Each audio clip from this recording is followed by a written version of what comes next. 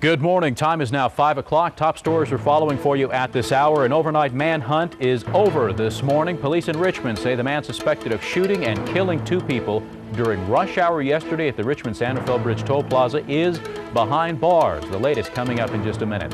And the FBI is now involved in the search for a 5-year-old boy out of Oakland. He has cerebral palsy and has been missing now for nearly 2 days. The latest on the search coming up. And it'll be a hearty welcome at the White House today as President Obama hosts a reception for newly sworn-in Supreme Court Justice Sonia Sotomayor. That story straight ahead as well. But first, a quick check of weather and traffic this morning. We'll begin with weather and a live look here from our roof camera. Fog in the forecast for this morning. Evelyn Taft tracking that. Good morning, Ev. Good morning, James. So dealing with fog once again, but the good news looks like it's a little less thick. And with that, we could see some clearing later this afternoon. A little more sunshine, possibly a little warmer than yesterday. Yesterday turned out a little cooler since the cloud cover stuck around a bit longer. So take a look at your 7-day around the bay. We'll notice a similar pattern as we move through the next few days. But by the time we reach Sunday and Monday, we should be warming it up, expecting a bit more sunshine as well. George?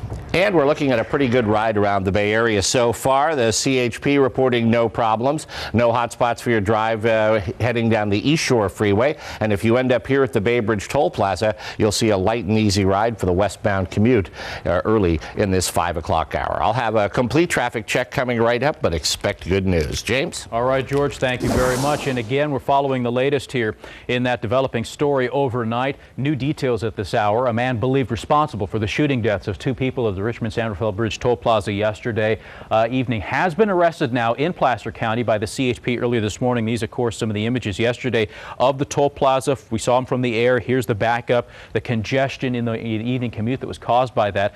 But this morning, we got word that a CHP officer out of Truckee reported the arrest of 46-year-old Nathaniel Burris just after 3 o'clock this morning, so about 2 hours ago. He was driving on Interstate 80 near the Sierra Mountain community of Baxter. An all-points bulletin was issued overnight for his arrest. The shooting took the life of a 51-year-old female toll collector and a man in his 40s. He was sitting in a vehicle in the toll plaza parking lot. All of this again happened at about 6 o'clock last night.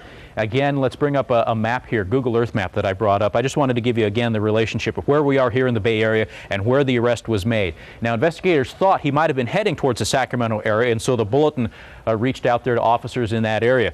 Turns out he did. In fact, he went past Sacramento heading up towards Tahoe, and it was in Baxter, as we said, at about 3 o'clock this morning that the CHP located him. He was driving a white van with California plates. They arrested him. He is in jail in Placer County right now. Richmond police, we talked to them a little bit earlier this morning. In fact, we've got another opportunity here to chat with them. And this morning, let's say good morning once again. Which officer is it with us this morning? Oh, Sergeant French, you're back with us again. French. Good morning. Thank you so much for joining us once again. We had a chance to talk with you in the 5 o'clock hour, or in the 4 o'clock hour. So bring us up to speed again. This arrest was made at about 3 o'clock or so? Yeah, a little after 3 o'clock, CHP officers on the 80 corridor spotted the vehicle just east of Baxter. Mm-hmm. They were able to take the suspect into custody without incident. Okay, and it looks as though he was headed towards the Tahoe area. Is that the thinking right now?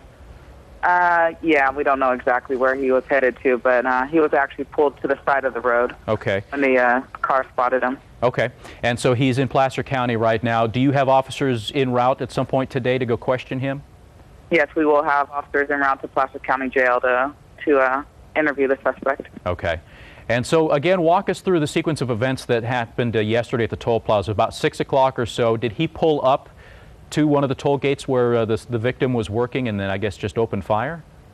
At one time, he drove through the toll plaza. He then parked the vehicle and got out on foot, where he shot the male victim in a vehicle. He then went over to the toll booth and shot the female victim.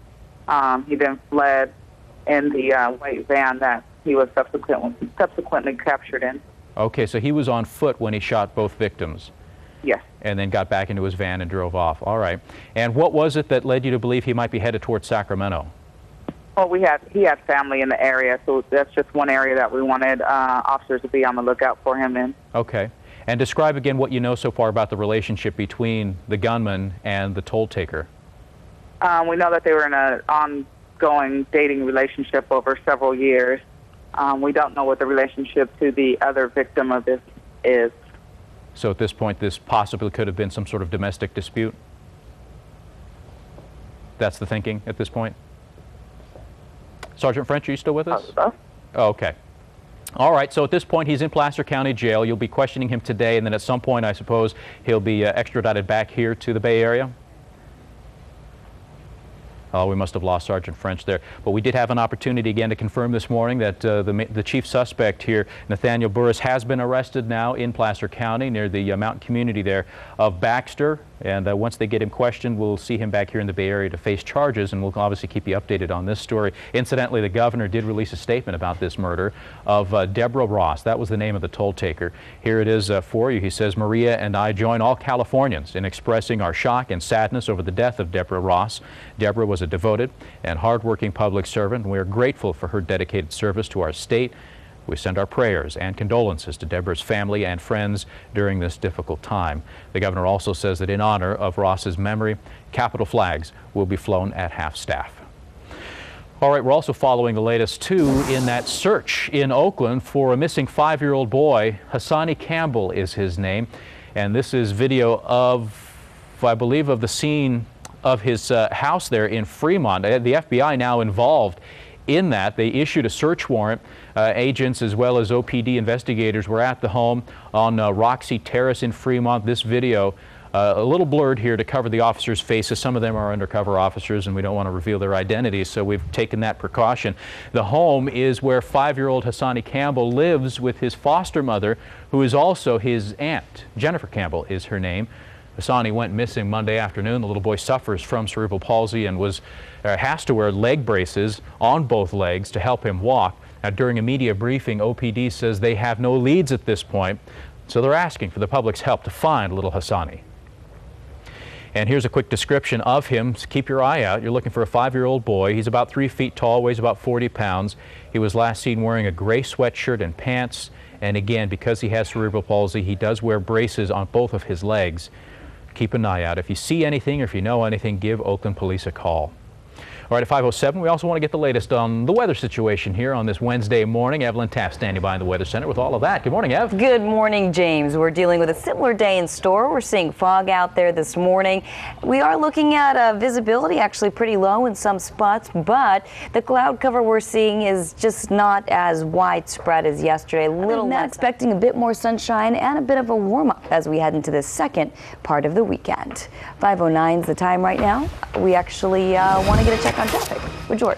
Thank you, Evelyn. Been a while since they've paired us up, so it's nice to be back here again. Let's take a look at the ride on Interstate 80 and your trip leading down to the lower East Shore Freeway this morning. A pretty smooth commute with no problems showing up here on the roadway sensors. Let's take a closer look at the ride reported there either. We did, however, James, just before the start of this report, get word that there may be a vehicle fire in Marin County on 101 southbound near the Civic Center. We'll check that and update it in our next report. James. Good deal. We'll look for that then. Thank you, George. Now on to another story for you new this morning. President Obama today will welcome to the White House our newest Supreme Court Justice, Sonia Sotomayor. There you see her on the left. The reception will be held in her honor. Sotomayor was sworn in over the weekend, as you can see here. She's the first Hispanic to sit on the High Court and the third female in Supreme Court history. And they're obviously a very emotional swearing-in process there. Sotomayor served as a federal judge for 17 years before being nominated to replace retiring Justice David Souter. All right, 5:11 the time. We're going to take another break here, but we'll be back with more in a minute. As we go, we'll bring you live pictures this morning from the Richmond-San Rafael Bridge Toll Plaza. This, of course, was the scene of last night's deadly shooting where a man shot and killed a toll taker, then shot and killed another person in the parking lot just off the side here. More on the story. He is in custody this morning. There was an all-points bulletin all night long. He was arrested early this morning. We'll have more throughout the morning. Stay with us.